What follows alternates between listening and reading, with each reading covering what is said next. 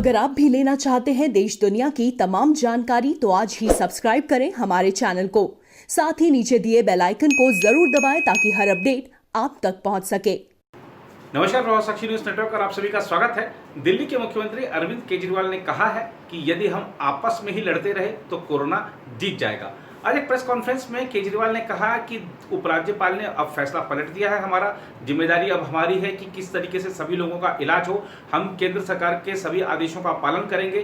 केजरीवाल ने कहा कि 31 जुलाई तक दिल्ली में 1.5 लाख बेड की आवश्यकता हो सकती है, क्योंकि जिस तरह से मामले बढ़ रहे हैं तो आने वाले समय में कोरोना का विस्फोट हो सकता है। केजरीवाल ने कहा कि अब वो खुद मैदान में उतरेंगे और होटलों और स्टेडियमों में कैसे बेड की व्यवस्था की जाए इसको देखेंगे। उन्होंने कहा कि मीडिया हमें बार बार हमारी कमियां गिना रहा है, विपक्ष हमारे को खामियां बता रहा है, लेकिन हम इनको दुरुस्त भी कर रहे हैं। आइए आपको दिखाते हैं इस प्रेस कॉन्फ्रेंस में केजरीवाल ने और क्या बड़ी बातें कही हैं। इसके बाद आपको बताएंगे कि कैसे राजस्थान से अब बाहर जाना किसी अन्य प्रदेश में या वहां से किसी प्रदेश से आपको राजस्थान में आना है तो बहुत मुश्किलें होने वाली हैं, क्योंकि वहां पर सीमाएं सील कर दी गई हैं। आपको बताएंगे कि क्यों जामा मस्जिद फिर से बंद हो सकती है और भारत में कोरोना वायरस के जो ताजा आंकड़े हैं वो क्या है। लेकिन पहले आपको बताते हैं कि अरविंद केजरीवाल क्या कह रहे हैं। नमस्कार। 2 दिन से थोड़ा बुखार था, गले में थोड़ी खराश थी। इतवार को थोड़ा बुखार होना शुरू हुआ तो सबने सुझाव दिया कि कोरोना का वक्त चल रहा है और यही सिम्टम्स होते हैं कि कोरोना का टेस्ट करा लेना चाहिए। कल सुबह कोरोना का टेस्ट हुआ था, शाम तक रिपोर्ट नेगेटिव आई। इस दौरान आप सब लोगों ने, बहुत सारे लोगों ने अपनी दुआएं भेजी, अपना आशीर्वाद भेजा और ऊपर वाले की कृपा से टेस्ट नेगेटिव आया। आप सब लोगों का बहुत बहुत तहे दिल से शुक्रिया जिन्होंने अपने शुभकामना संदेश भेजे। मैं अपने घर में ही एक कमरे में अपने आप को बंद किए हुए पिछले 2 दिन से देख रहा था। मेरा शरीर तो यहाँ था लेकिन मेरा मन इसी में था कि दिल्ली में किस तरह से और क्या क्या किया जा सकता है कोरोना को कम करने के लिए, लोगों को इलाज कराने के लिए। आज दिल्ली की जो पोजीशन है, दिल्ली में 31,000 टोटल केस हो चुके हैं। इसमें से लगभग 12,000 लोग ठीक होकर घर जा चुके हैं। 18,000 लोग अभी एक्टिव केस हैं जिनको अभी भी बीमारी है। 900 के करीब लोगों की डेथ हो चुकी है। जो 18,000 लोग एक्टिव केसेस हैं, इनमें 15,000 होम आइसोलेशन में अपना इलाज करा रहे हैं। कल SDMA की मीटिंग थी, स्टेट डिज़ास्टर मैनेजमेंट अथॉरिटी। उसमें मुझे भी जाना था, मैं नहीं जा पाया। मनीष सिसोदिया जी और अन्य मंत्रीगण गए थे। LG साहब ने इसकी अध्यक्षता की थी। वहाँ पे जो आंकड़े प्रस्तुत किए गए सरकार द्वारा, वो आंकड़े दिखाते हैं कि आने वाले समय में दिल्ली में कोरोना बहुत तेजी से फैलने वाला है। 15 जून को उम्मीद है कि 44,000 केस हो जाएंगे। जो आज 31,000 केस हैं, ऐसा अनुमान है कि 15 जून तक 44,000 केस हो जाएंगे। 30 जून तक 1 लाख केस हो जाएंगे। 15 जुलाई तक 2.25 लाख केस हो जाएंगे और 31 जुलाई तक लगभग 5,32,000 केस हो जाएंगे दिल्ली में टोटल। और इसको देखते हुए 15 जून तक हमें 6,681 बेड्स की ज़रूरत पड़ेगी। 30 जून तक 15,000 बेड्स की ज़रूरत पड़ेगी। 15 जुलाई तक 33,000 बेड्स की ज़रूरत पड़ेगी। 31 जुलाई तक 80,000 बेड्स की ज़रूरत पड़ेगी। तो चुनौती बहुत बड़ी है। इसमें सबसे पहले तो अपने को ये करना है कि अपने आप को, हमें सबको कोरोना से बचाना है। इसे अब जन आंदोलन बनाना है। 3 बातों को, हमें मास्क पहन के घर से निकलना है, हमें बार बार हाथ धोने हैं, सैनिटाइज करने हैं और सोशल डिस्टेंसिंग करनी है। अभी तक हम कहते थे कि हमें करना है, अब हमें ये भी करना है कि अगर कोई नहीं कर रहा तो उनसे हाथ जोड़ के विनती करनी है कि भाई साहब आप भी कर लीजिए, आपकी सेहत के लिए भी अच्छा है, दूसरों की सेहत के लिए भी अच्छा है। क्योंकि अगर कोई और नहीं कर रहा तो उसकी वजह से दूसरों को फैल सकता है, उसकी वजह से कोरोना दूसरों को हो सकता है। तो इसे अब जन आंदोलन अपने को बनाना है, सबको खुद भी करना है और दूसरों से भी करवाना है। जैसे ऑड इवन में हमने जन आंदोलन किया था ना, ऑड इवन में हम भी करते थे और अगर कोई फॉलो नहीं कर रहा तो गाड़ी रोक के शीशा नीचे करके उसको कहते थे कि भाई साहब घर चले जाओ, आपका व्हीकल आज ऑड है या इवन है, ये ठीक नहीं है। ऐसे इसको भी अपने आप को जन आंदोलन बनाना है। अपने को अपने स्वास्थ्य के लिए ये ज़रूरी है, जितना इसको फॉलो करेंगे उतना चांसेस कम हैं कि आपको कोरोना होगा।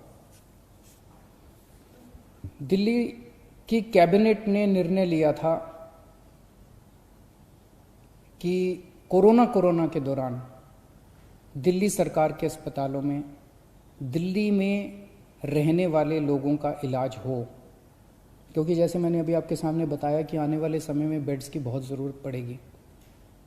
सोमवार को केंद्र सरकार ने दिल्ली की कैबिनेट के उस निर्णय को पलट दिया और केंद्र सरकार ने, एलजी साहब ने आदेश जारी किया है कि दिल्ली के हर अस्पताल में सबका इलाज किया जाएगा। मैं देख रहा था टीवी पे कुछ लोग कह रहे थे कि केंद्र सरकार दिल्ली की कैबिनेट के फैसले को पलट नहीं सकती। एलजी साहब के पास दिल्ली के फैसले को, दिल्ली में चुनी हुई सरकार है, अभी कुछ महीने पहले चुनाव हुए थे जिसमें 62 सीट आई थी। दिल्ली की चुनी हुई सरकार के कैबिनेट के निर्णय को एलजी साहब या केंद्र सरकार पलट नहीं सकते। कुछ लोग ऐसा कह रहे थे। कुछ लोग कह रहे थे कि दिल्ली में खुद इतने सारे केस हो रहे हैं, दिल्ली के लोगों को खुद इतने बेड्स की ज़रूरत पड़ेगी। मेरा अब ये कहना है, केंद्र सरकार ने निर्णय ले लिया, एलजी साहब ने आदेश पारित कर दिया। ये समय असहमतियों का समय नहीं है, ये समय एक दूसरे से डिफर करने का समय नहीं है। अब जो निर्णय हो गया केंद्र सरकार का, एलजी साहब ने जो आदेश दे दिया उसको लागू किया जाएगा। एलजी साहब के आदेश को अक्षरशः लागू किया जाएगा, केंद्र सरकार के निर्णय को लागू किया जाएगा।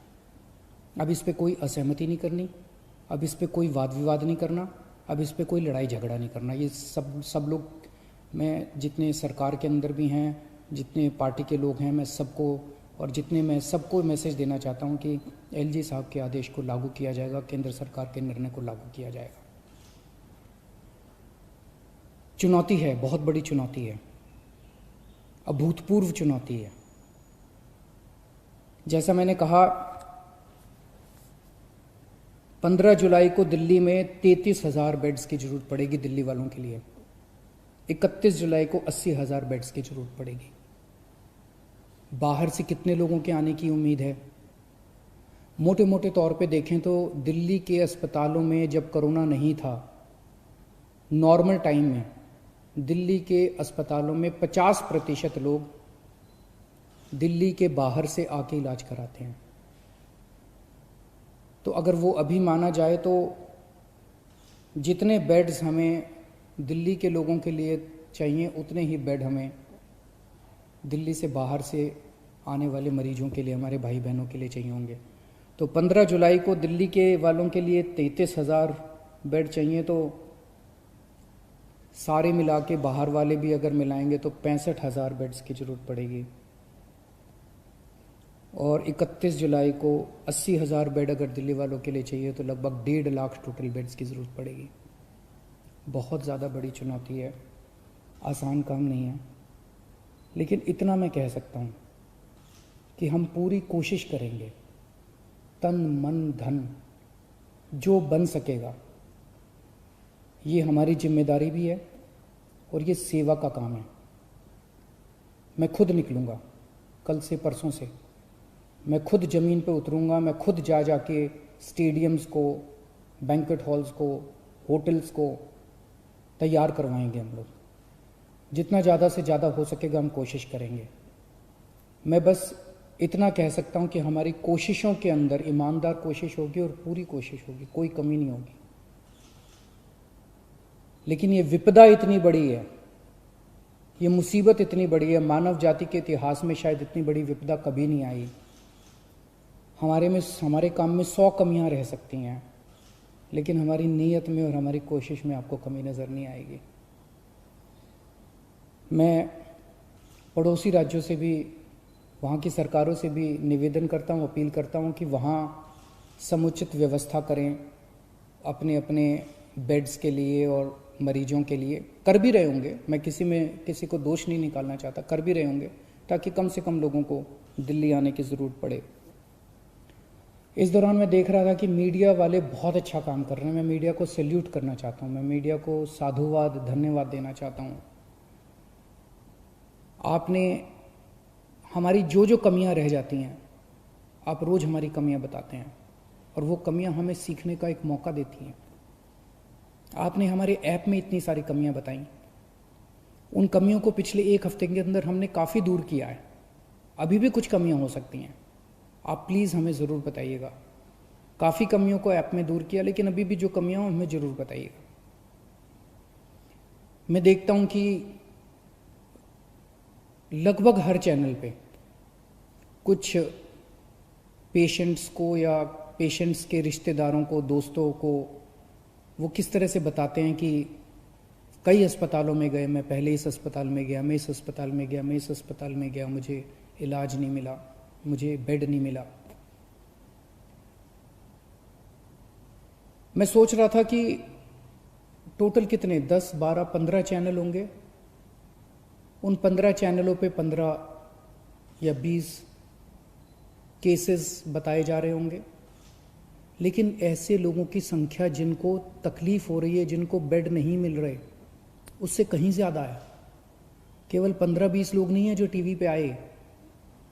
लेकिन मैं आपकी जानकारी के लिए बता दूं, पिछले 1 हफ्ते में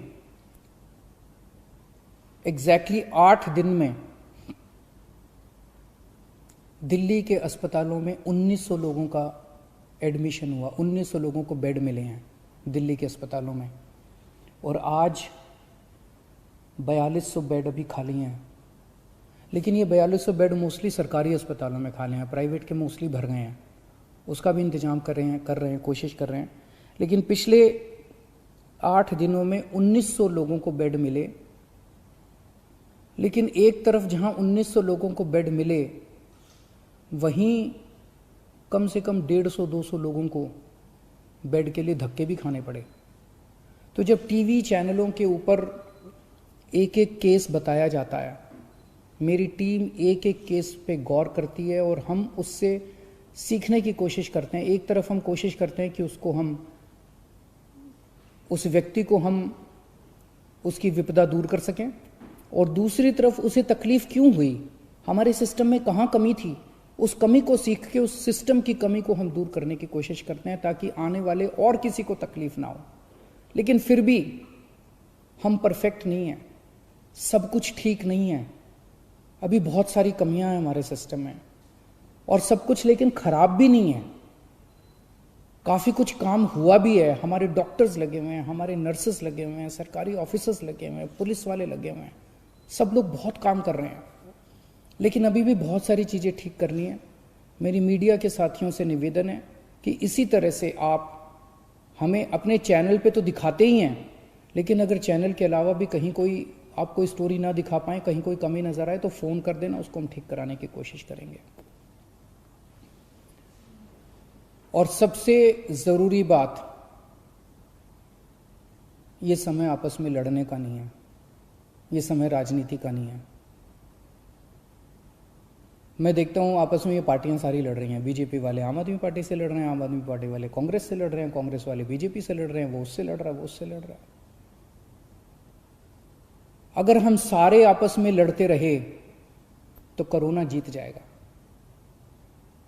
और जो एक आम आदमी बैठ के टीवी चैनल देखता है वो सोचता है यार ये क्या पार्टियां हैं, आपस में लड़ रही हैं, मेरी किसी को परवाह नहीं है।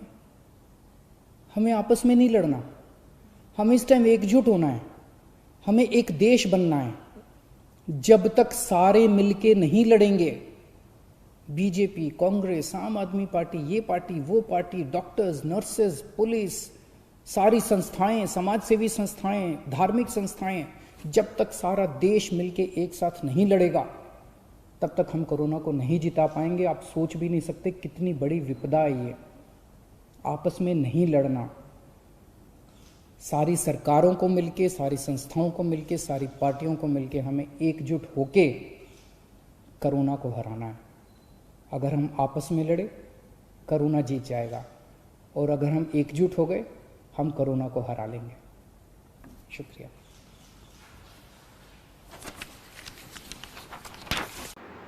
उधर जामा मस्जिद के शाही इमाम सैयद अहमद बुखारी ने बुधवार को कहा कि कोविड-19 वैश्विक महामारी के कारण दिल्ली में बिगड़ते हालात के मद्देनज़र मस्जिद को फिर से बंद किया जा सकता है। यह कदम तब उठाया गया है जब शाही इमाम के सचिव अमानुल्लाह की मंगलवार रात को सफदरजंग अस्पताल में कोरोना वायरस के कारण मौत हो गई। दिल्ली में मंगलवार को कोविड-19 के 1366 नए मामले सामने आने के साथ ही संक्रमितों की संख्या 31,309 पर पहुंच गई, जबकि 905 लोग इस बीमारी से जान गंवा चुके हैं। बुखारी ने कहा, अमानुल्लाह संक्रमित पाए गए थे और 3 जून को उन्हें सफदरजंग अस्पताल में भर्ती कराया गया था, जहां कल उन्होंने अंतिम सांस ली। शाही इमाम ने कहा कि राष्ट्रीय राजधानी में कोरोना वायरस के मामले बढ़ने के मद्देनज़र फिर से ऐतिहासिक मस्जिद को बंद करने पर लोगों की राय मांगी गई है। उन्होंने कहा, लोग सोशल मीडिया और अन्य माध्यमों के जरिए जामा मस्जिद बंद करने पर अपनी राय दे रहे हैं। हम 1 या 2 दिन में लोगों के लिए इसे फिर से बंद कर सकते हैं और नमाज पढ़ने के लोगों की संख्या को सीमित कर सकते हैं। सरकार के अनलॉक 1 के तहत रियायतें दिए जाने के साथ ही 2 महीने से अधिक समय बाद 8 जून को जामा मस्जिद को खोला गया था। उधर कोरोना वायरस संक्रमण के बढ़ते मामलों के बीच राजस्थान ने अन्य राज्यों के साथ अपनी सीमाएं बुधवार को फिर से सील कर दी। अब राजस्थान में आने और बाहर जाने के लिए प्रशासन से पूर्व अनुमति लेनी होगी। पुलिस महानिदेशक कानून व्यवस्था एमएल लाठर ने इस बारे में आदेश जारी किया है। इसमें कहा गया है कि राज्य में कोरोना वायरस संक्रमण के बढ़ते मामलों के मद्देनज़र राज्य सरकार ने अंतर्राज्यीय आवागमन को नियंत्रित करने का फैसला किया है। इसमें संबद्ध पुलिस आयुक्तों, रेंज महानिरीक्षकों व जिला पुलिस अधीक्षकों से कहा गया है कि पड़ोसी राज्यों से लगने वाले सड़क मार्गों व रास्तों पर तत्काल पुलिस चेक पोस्ट स्थापित की जाएं और अन्य राज्यों से व्यक्तियों को बिना अनुमति पत्र के नहीं आने दिया जाए। इस व्यवस्था के तहत बाहरी राज्य से उसी व्यक्ति को आने दिया जाएगा जिसने अपने राज्य से अनापत्ति प्रमाण पत्र लिया हो। इसी तरह राज्य से बाहर जाने के लिए भी सक्षम अधिकारी से पास या अनुमति पत्र लेना होगा। इसमें कहा गया है कि सक्षम अधिकारी इलाज के लिए जाने या परिवार में किसी की मृत्यु होने जैसी आपात परिस्थितियों में ही पास जारी करें। अंतर्राज्यीय मार्गों के साथ साथ हवाई अड्डे, रेलवे स्टेशन और बस अड्डों पर भी तत्काल चेक पोस्ट स्थापित करने को कहा गया है। फिलहाल यह व्यवस्था आगामी 7 दिन के लिए की गई है। उधर भारत में लगातार छठे दिन बुधवार सुबह 8 बजे तक 24 घंटे के भीतर कोरोना वायरस के 9,500 से अधिक मामले सामने आए और 269 लोगों की मौत हो गई। इसके साथ ही देश में कुल संक्रमितों की संख्या बढ़कर 2,76,583 हो गई है और 7,745 लोग इस बीमारी से जान गंवा चुके हैं। जॉन्स हॉपकिंस विश्वविद्यालय द्वारा जारी आंकड़ों के अनुसार अमेरिका, ब्राजील, रूस और ब्रिटेन के बाद भारत कोविड-19 से सबसे बुरी तरह प्रभावित 5वां देश है।